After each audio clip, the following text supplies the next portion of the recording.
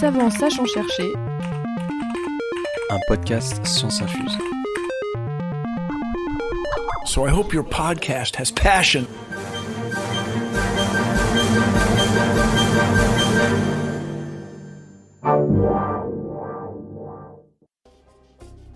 Bienvenue dans Savant sachant chercher, savant sachant chercher, savant sachant chercher, savant sachant chercher, savant sachant chercher.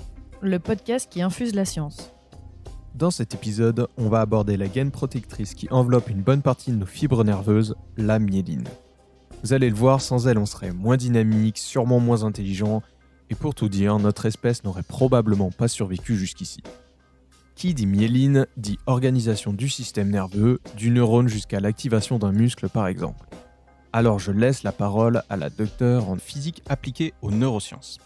Le système nerveux central, ça comprend le cerveau et la moelle épinière et c'est composé de deux substances, la grise et la blanche. La grise, ça contient les noyaux des neurones et la substance blanche, c'est formé des axones qui sont le prolongement des neurones et c'est ce qu'on appelle les fibres nerveuses. Et on parlera d'une maladie qui entraîne une destruction de la myéline, la sclérose en plaques.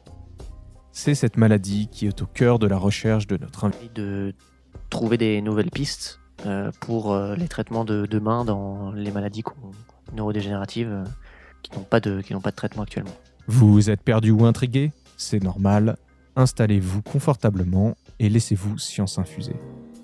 Avant de passer aux présentations, précisons que notre invité a soutenu sa thèse très récemment et qu'il est donc maintenant officiellement docteur, mais plus dans son labo. Félicitations docteur. Merci. Prénom, nom, Carreté Alex. surnom, Jimmy, lieu de travail, Université Paris-Descartes, Quel labo ? le labo du professeur Charbel Massad dans l'unité 1124. et qu'est-ce qu'ils font ? Il s'intéresse à des thérapies innovantes dans les processus de myélinisation et démyélinisation. Le sujet officiel de ta thèse, c'était Implication d'Adam 10 dans les processus de myélinisation et démyélinisation du système nerveux central. et le sujet de ta thèse quand tu veux briller en société. Implication d'Adam 10 dans la sclérose en plaques. Donc pour commencer, et puisqu'on va parler du système nerveux, est-ce que tu pourrais nous décrire succinctement les mécanismes mis en jeu quand j'appuie sur le bouton d'enregistrement du podcast ? En fait, il y a plein de choses qui se passent, des choses qui vont se passer au niveau du cortex préfrontal, donc la volonté de vouloir appuyer sur le bouton. La prise de décision ? Tout à fait, exactement.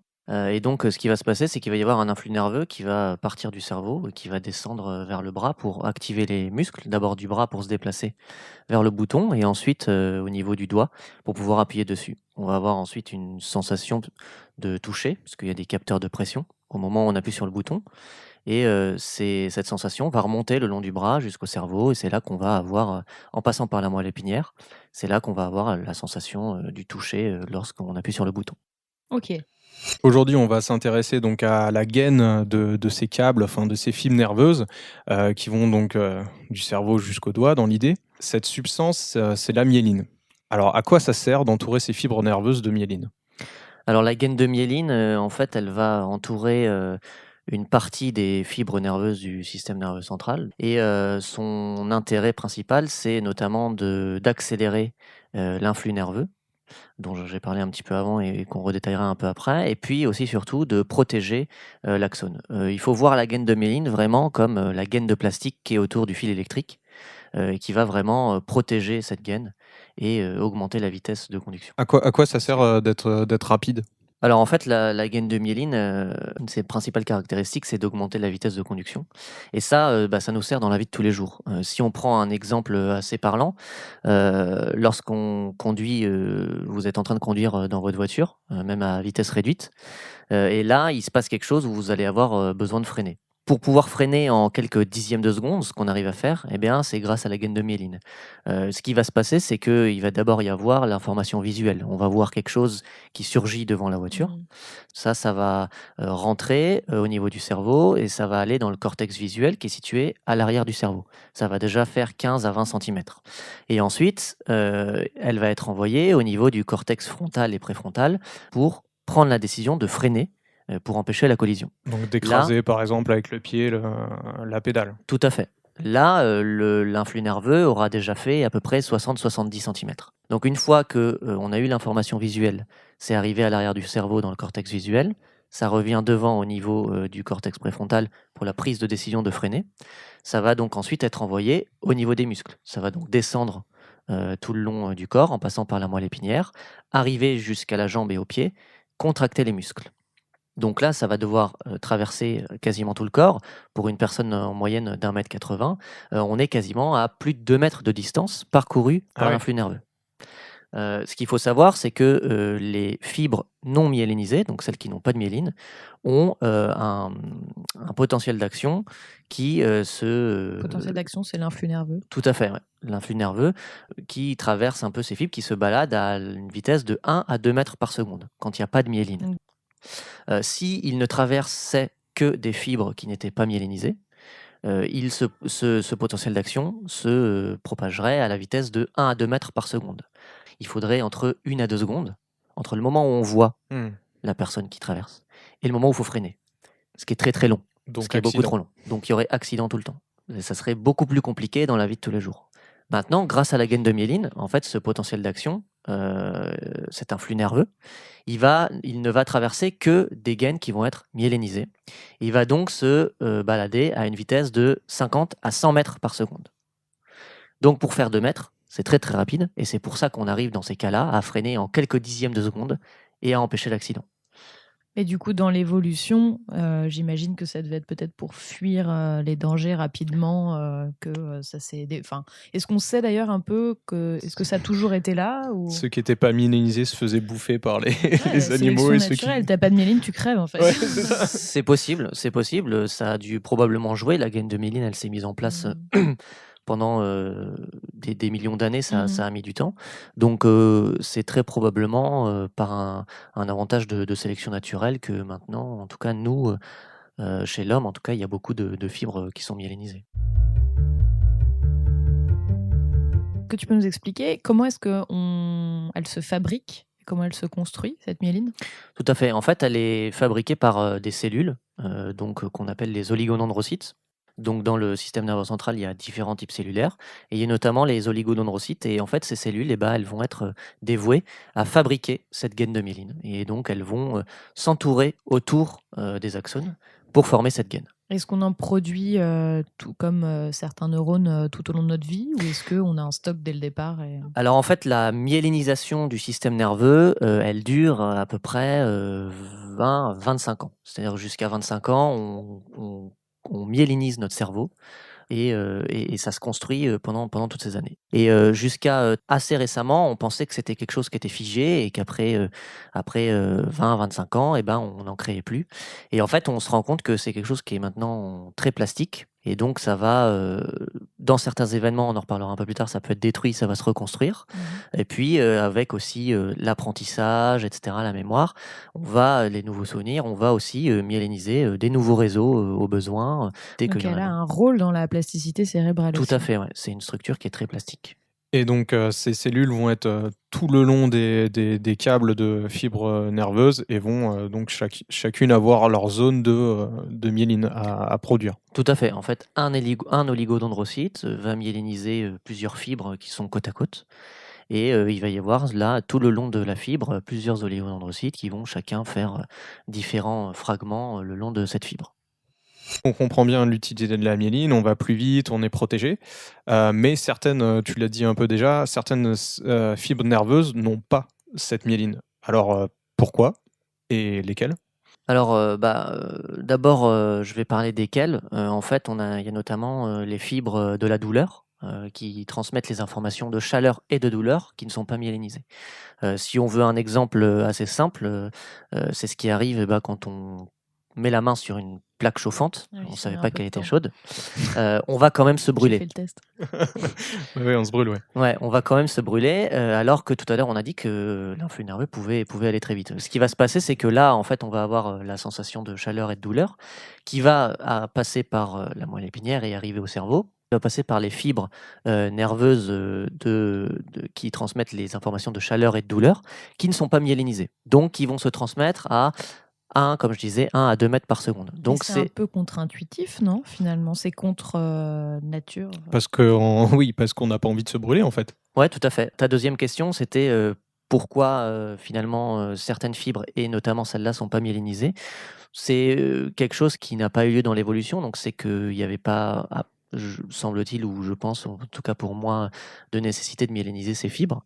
L'exemple que j'ai donné aussi avec l'histoire de la plaque chauffante, c'est quand même quelque chose qui est très récent dans nos modes de vie, la plaque électrique et tout. Donc peut-être que Oui, mais avec de le se temps, faire mal, non. Tu vois, de se euh, blesser, ouais, bien sûr, mais avoir un danger immédiat. toutes les blessures, c'est une blessure assez spécifique où tu vois pas que tu vas te blesser, tu touches et Ouais. tu te blesses tout de suite, tu vois. Quand tu as quelque chose qui te tombe sur le pied ou que tu le vois tomber ou quoi, ça fonctionne pas tout à fait pareil. Enfin, je veux dire, une fois que tu t'es pris le caillou sur le pied, tu Ouais, peux pas enlever bien ton sûr. pied, il est tombé, quoi. Donc, Oui, avant, le feu était un petit peu plus visuel qu'une plaque à ouais, induction. tout par à fait, exemple. voilà. Donc, il y a ces pièges comme ça qui peuvent un peu tromper un peu peut-être ce qu'il y a eu dans l'évolution. Et rien ne dit que peut-être dans les prochains milliers d'années, C'est ça. on aura les fibres de la douleur qui seront myélinisées. L'apport de la plaque chauffante va peut-être myéliniser nos Peut-être, on gaines. ne sait pas. On passe à une rafale de questions sur la myéline. De quoi est constituée la myéline? Elle est essentiellement constituée de lipides, donc qui est en fait du gras à 70%, et à 30% de protéines. Est-ce que plus la largeur de la gaine de myéline est grosse et plus l'information va vite? Pas particulièrement. Par contre, plus la taille de l'axone, donc de la fibre nerveuse, est grosse, plus là, l'influx nerveux va aller vite. C'est quoi l'épaisseur moyenne de cette gaine? C'est quelque chose qui varie vraiment, mais en gros, c'est vraiment de l'ordre du micromètre. Donc c'est quelque chose qui est très très fin, qui entoure les gaines. C'est quoi la couleur de la myéline? Alors quand on regarde la myéline comme ça directement sur un cerveau, ça apparaît blanc. C'est notamment dû à sa constitution, 70% de lipides, ce qui donne cet aspect un peu blanchâtre. Et c'est pour ça qu'on parle de substance blanche notamment. Attention, petit piège. Quelle est l'étymologie du mot myéline? J'en ai aucune idée. Ok, bon, j'ai regardé sur Wikipédia, hein, je ne le savais évidemment pas avant. Ça vient du grec ancien muelos, moelle, et in, qui est un suffixe pour les substances chimiques. Ok. Désolé pour le piège. Est-ce qu'il y a des animaux avec des systèmes nerveux sans myéline? Oui, il y a notamment par exemple les mouches. Je croyais que tu allais me dire les paresseux, moi. On pourrait penser aussi, ouais. Typiquement, par exemple, la mouche, c'est vrai que c'est un animal qui est très petit et donc qui n'a pas forcément besoin d'avoir une gaine de myéline de par sa taille. Parce que les fibres nerveuses sont Très très, courtes. très proches. Ouais, tout à fait. On va y revenir du coup plus tard dans le podcast, on va développer ça.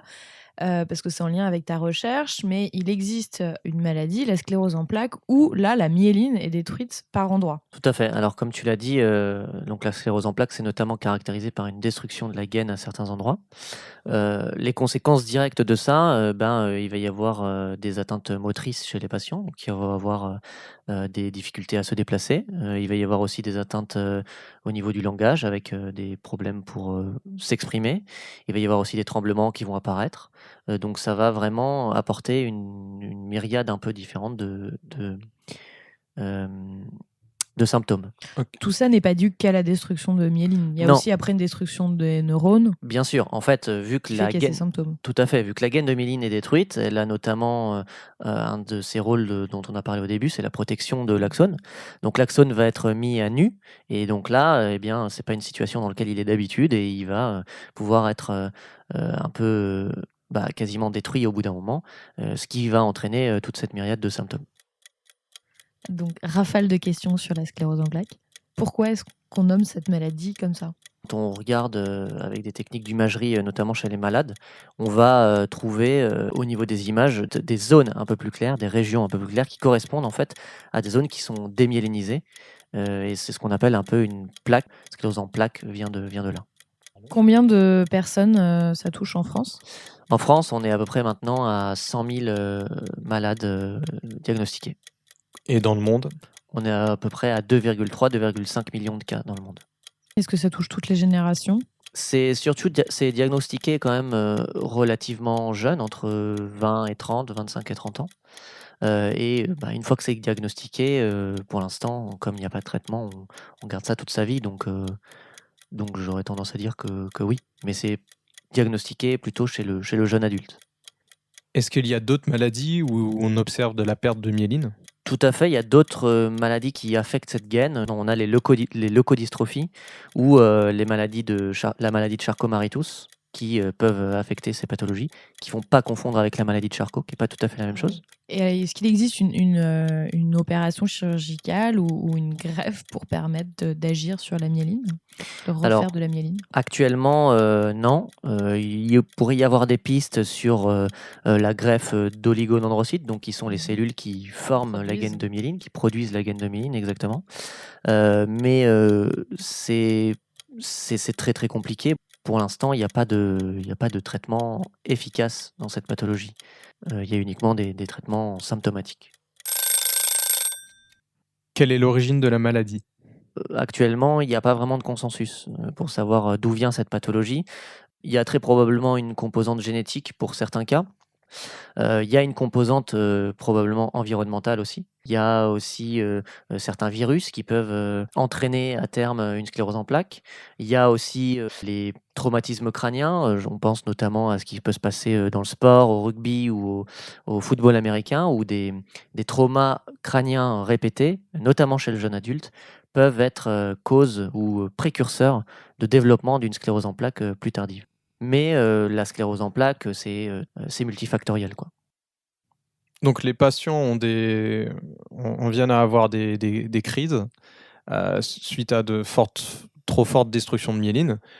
Est-ce que ça se reconstruit derrière cette myéline? Et plus globalement, comment évolue la maladie? Il va y avoir des crises qu'on appelle plus communément en fait des poussées chez les patients, qui est une phase, une période de démyélinisation qui arrive dans une zone du cerveau. À ce moment-là, on va avoir l'apparition des différents symptômes dont on a parlé plus tôt, donc aussi bien au niveau moteur, difficulté de se déplacer, langage, etc.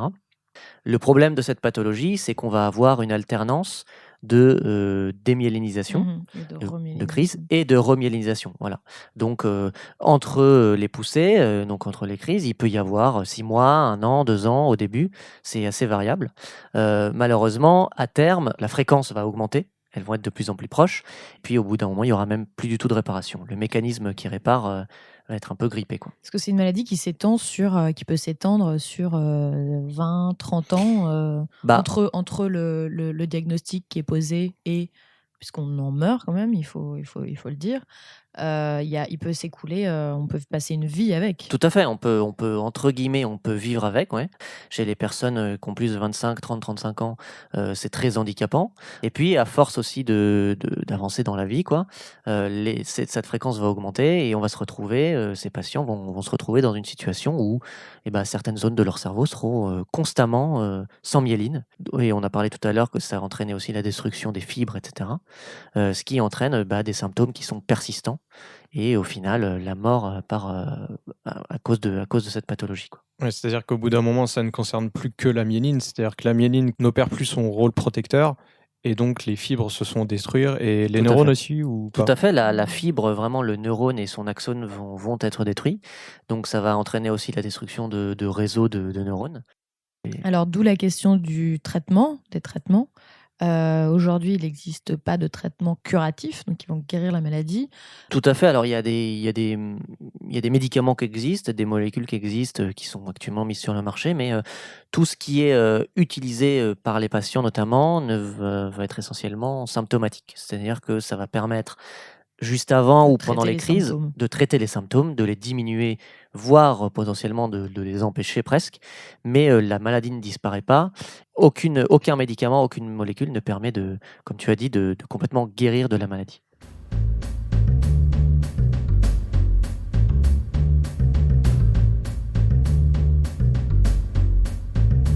Donc, il y a besoin de continuer de la recherche fondamentale, c'est-à-dire, quand je dis recherche fondamentale, c'est acquisition de nouvelles connaissances. Tout à fait. Vous cherchez des nouvelles solutions pour guérir cette maladie. Tout à fait. En fait, moi, j'étais donc dans un labo qui s'intéressait notamment à trouver des approches innovantes, des approches thérapeutiques innovantes pour traiter les pathologies démyélinisantes, donc les maladies démyélinisantes dans leur ensemble. Donc, c'est pas uniquement la sclérose en plaques, même si moi, j'étais surtout sur ce créneau-là. Pour bien comprendre ce que tu fais, il faut qu'on passe par la description d'une protéine qui se nomme Adam10, qu'on a entendu tout à l'heure d'ailleurs dans le sujet de ta thèse. On va passer à son portrait comme on a fait ton portrait pour toi tout à l'heure. Ok, très bien. Nom complet. A disintegrine and metalloproteinase 10. Surnom. Adam 10. Alors, lieu de travail. lieu d'action. Partout dans le corps. Ok, qu'est-ce que c'est? C'est une protéine qui va agir en fait comme un ciseau moléculaire, c'est-à-dire qu'elle va couper plein d'autres protéines. La fonction qui t'intéresse? En fait, quand elle coupe certaines protéines, elle entraîne la libération de certains agents protecteurs.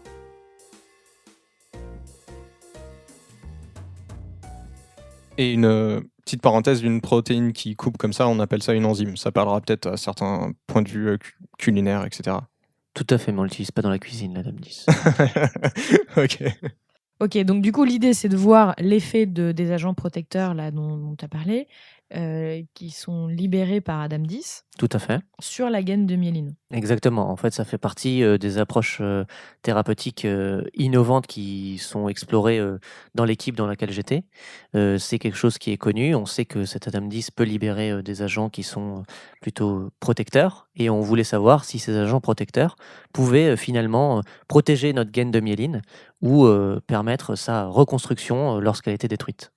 Et ça, c'était quand tu dis c'est innovant, c'est que ça avait pas. Qu'est-ce qui n'avait pas été vu avant? On connaît Adam 10 dans d'autres pathologies et on connaît certaines de ses fonctions, mais on ne sait pas si les agents protecteurs qu'elle libère peuvent finalement protéger cette gaine de myéline ou la reconstruire lorsqu'elle est détruite. Alors du coup, c'est quoi les types d'expériences que tu as mis en place pour vérifier ça? Dans la recherche fondamentale et à mon niveau, on a plusieurs modèles. On a vraiment des modèles basiques où on a dans le laboratoire des cellules qui sont en culture, dans des boîtes en plastique. Des mesures in vitro? Tout à fait, voilà, ce sont ce qu'on appelle des modèles in vitro. Donc c'est un système qu'on appelle peu complexe finalement, puisqu'il n'y a qu'un seul type cellulaire ou des fois deux types cellulaires. On a d'autres modèles qu'on appelle ex vivo, où là on va avoir vraiment un ensemble de types cellulaires. On va avoir des morceaux de tissu en fait, qui vont être pareils dans des boîtes aussi. Où là, l'intérêt, eh bien, c'est qu'on a un modèle un petit peu plus complexe que celui d'avant, puisqu'on a une certaine structure dans notre tissu, etc. On a plusieurs types cellulaires. Donc on vient tester des choses en plus des modèles in vitro. Tout à fait. Voilà, là, dans le premier modèle, on va voir l'effet, par exemple, de l'activation de notre Adam 10 sur un seul type cellulaire. Dans le deuxième modèle, on va avoir plusieurs types cellulaires qui seront imbriqués les uns les autres. Donc on va voir si ça peut pas avoir plusieurs effets. Et puis on a le modèle le plus complexe, je dirais, qui est finalement directement travaillé sur l'animal. Donc en l'occurrence, nous dans le laboratoire, c'était des souris, qu'on appelle des modèles in vivo, où là, eh bien, on va directement activer cet Adam 10 chez ces souris-là qui ont perdu leur gaine de myéline pour voir si c'est un effet bénéfique. Donc, ce sont des modèles qui sont beaucoup plus longs et beaucoup plus complexes à mettre en place que juste une cellule dans une boîte, mais ça se rapproche beaucoup plus d'un système réel. Est-ce que tu peux nous parler des résultats de ces mesures? Tout à fait. J'ai donc essayé d'activer cet Adam 10 pour voir s'il y avait bien des agents protecteurs qui étaient libérés, s'il y en avait pas aussi. C'est la première question déjà. Tout à fait. Est-ce que sur nos modèles, puisque d'un modèle à l'autre, ça peut changer, nous, ça fonctionnait. On avait bien certains agents protecteurs connus qui étaient libérés. Et on a voulu savoir si dans des contextes de démyélinisation, dans un système qui a perdu sa gaine de myéline, ces agents protecteurs pouvaient aider à reconstruire cette gaine, voire même est-ce qu'ils pouvaient aider à protéger la gaine pour empêcher une démyélinisation. Et donc, les résultats qu'on a obtenus, c'est des résultats très encourageants, puisqu'on a finalement, grâce à l'activation d'Adam 10 notamment, une protection des gaines de myéline. Donc, quand on a l'activation de cette Adam 10, la gaine de myéline elle est moins détruite quand on essaye de la détruire. Et puis, sur un système aussi où chez des animaux à qui on a détruit la gaine de myéline, eh bien, quand on active cet Adam 10, on a une reconstruction qui est plus rapide de la gaine de myéline, comparée évidemment toujours à des animaux qui n'ont pas eu d'activation de l'Adam 10. Okay. entre là les résultats plutôt prometteurs d'ailleurs qu'il y a eu sur tes modèles, et j'imagine que pour le transposer à l'homme et de se dire ok, on a trouvé une molécule qui peut fonctionner dans le traitement de la maladie, il y a beaucoup d'étapes.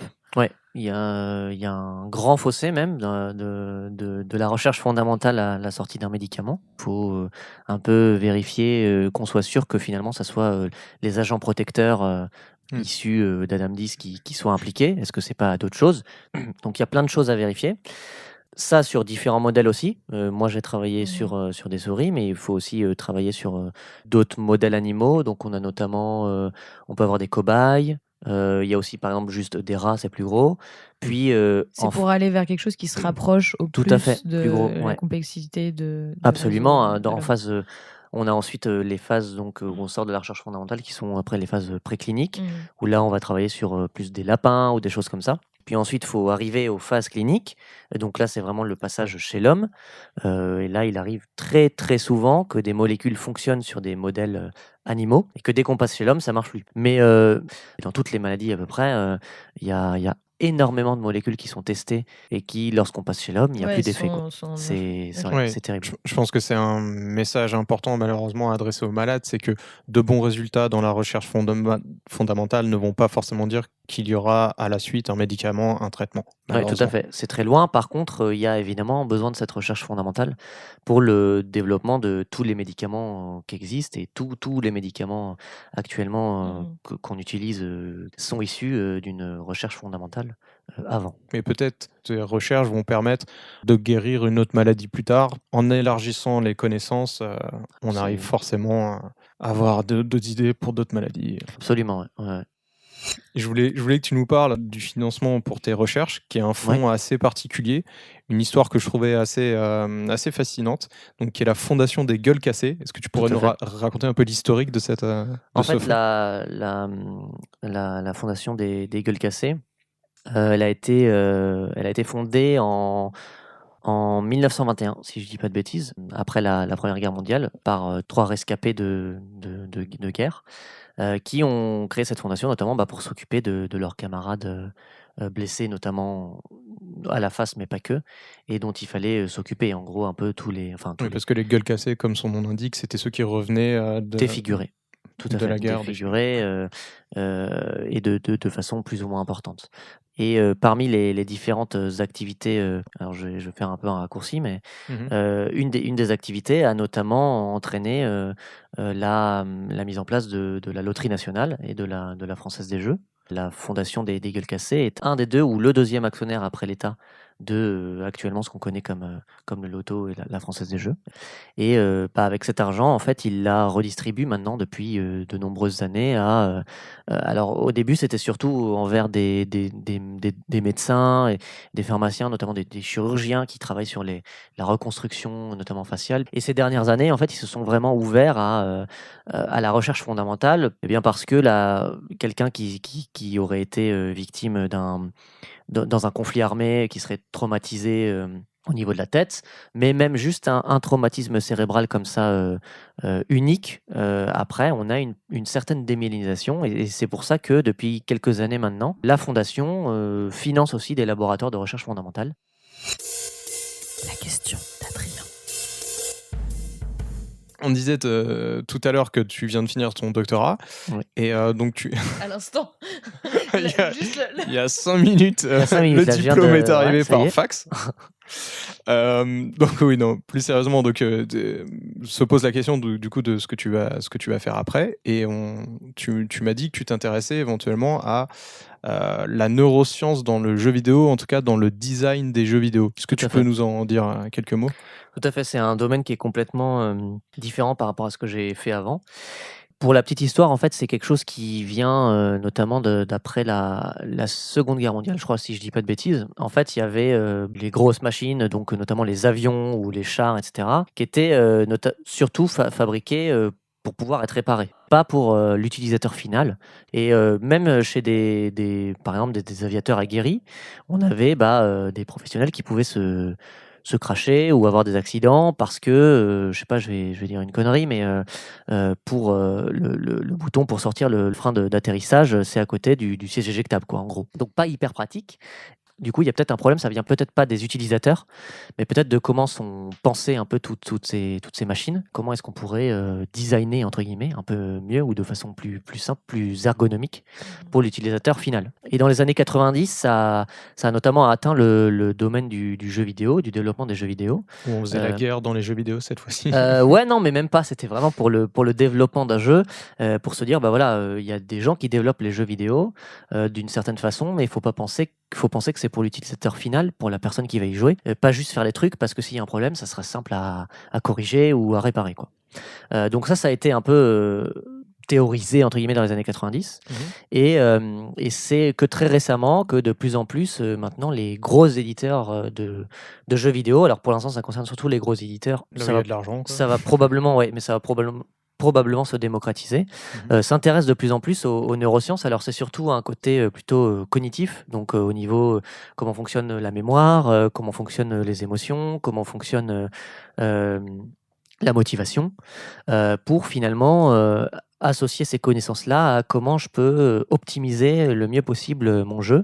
L'expérience de jeu. L'expérience de jeu, exactement, puisque les neurosciences vont notamment ou peuvent intervenir au niveau de l'expérience utilisateur, ce qu'on appelle l'UX, ou l'interface utilisateur. Donc c'est vraiment l'interface du joueur qui va être devant, quoi. Mais t'es un joueur de jeux vidéo? Et ouais, je suis un joueur ok. de jeux vidéo. Oui, ça fait quand même un peu le lien. Ouais, d'accord. Bon, avec la thèse et tout, c'est vrai que j'ai eu très peu de temps pour y jouer, mais c'est toujours quelque chose qui m'a plu. Et comme j'ai fait des neurosciences, c'est une volonté que j'ai là maintenant, peut-être d'essayer de réussir à rapprocher ces deux univers, quoi. C'est là que tu vois que tu connais pas grand-chose en jeux vidéo. Laure, c'est quoi ton pull, Alex, là? Ah, là, j'ai un pull de The Division, qui est un jeu développé par, Ah, mais moi j'ai joué à WoW. par Ubisoft. Eh bien, c'est un très Ok, bon bah, jeu. T'es plus forte que moi au final, ok, j'ai rien à dire. Eh bien, c'est très bien. Tu m'as battu. Fin du débat.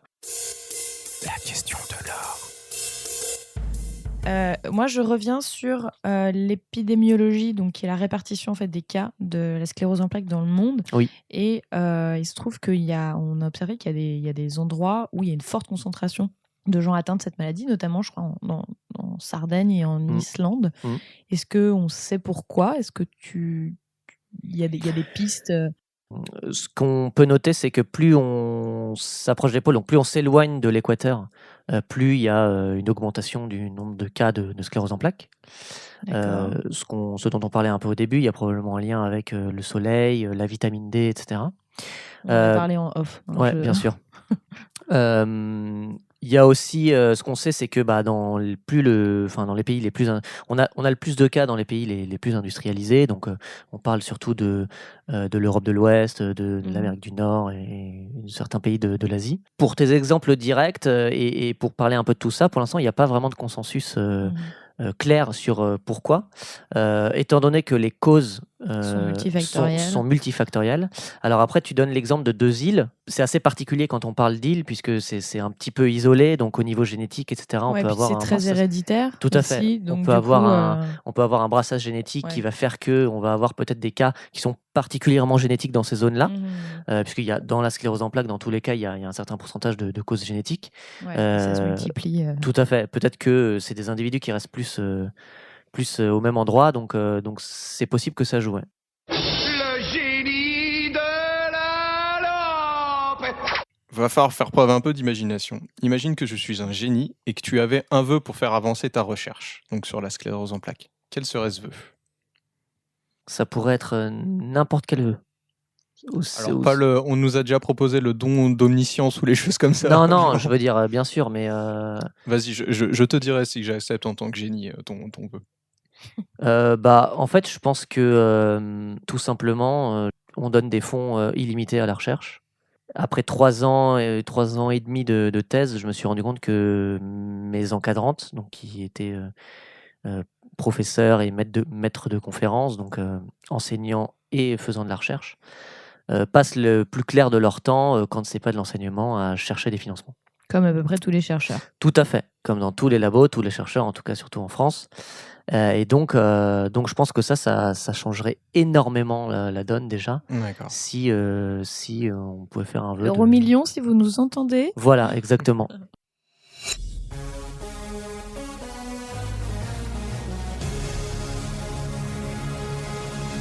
Alors, on va voyager dans le temps avec toi, si tu veux bien. Ok. Première question, c'était quoi ta journée typique au labo? Je détaille vraiment, où j'arrivais le matin vers 9h. Céréales ou non, je déconne. Céréales, Non, ça les- dépendait des fois. Des fois c'était pain, des fois. Chocapi. Non, l'idée c'est plus le travail. Ouais. Typique. J'arrive le matin vers 9h. En général, je lançais des manips tout de suite. Selon, il y a des expériences des fois qui se déroulent sur 2-3 jours. Donc les manips, c'est vraiment dans le labo à la paillasse, vraiment à proprement parler. Est-ce que tu as une blouse? Tout à fait. J'ai une blouse blanche. Donc il y a aussi un certain travail qui se fait au bureau avec lire des articles scientifiques, se mettre au courant un peu des nouvelles avancées qu'il y a. Est-ce qu'il y a des nouveaux labos qui ont des nouveaux résultats qui pourraient être intéressants, etc. Donc c'est un peu de la veille scientifique qui est particulièrement importante dans ton projet. Et il y a aussi une partie où une fois que tu as tes résultats et tout, il y a beaucoup de mise en forme de résultats puisque tu récupères les données brutes. Donc il y a toute une mise en forme, etc. Pour toi ou quand tu participes à des congrès ou des choses comme ça, quoi. Et donc maintenant, un bond de 30 ans dans le futur, quelles pourraient être les conséquences de tes recherches? Où est-ce que tu penses que tes recherches en seront?